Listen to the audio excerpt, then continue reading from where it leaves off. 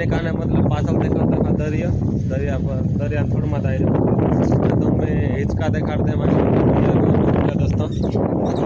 तो यार हिचका ना सब कुछ काम चालू ही रहा था या ना इन्हीं काने भी तुम देखाड़ दे दोस्तों। इन्हीं काने भी मतलब यो अँ सब कुछ तैयार रही गया था ना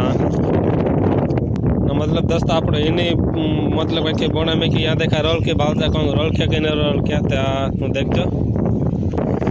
तो दोस्तों मैं यहाँ रोल को था कतलो मतलब लेकिन जहाँ से निकाम दे वहाँ ओलिका ने मतलब आजड़े माजड़े जाए घड़ीक में आंखी लग जाए तो आप ये धुंधो निकल जा अँ आप निकाल हो वाड़ी के तरफ अपनी गाड़ी यहाँ पर खड़ी रही है। तो इन्हीं प्रकार में देखिए देखो ये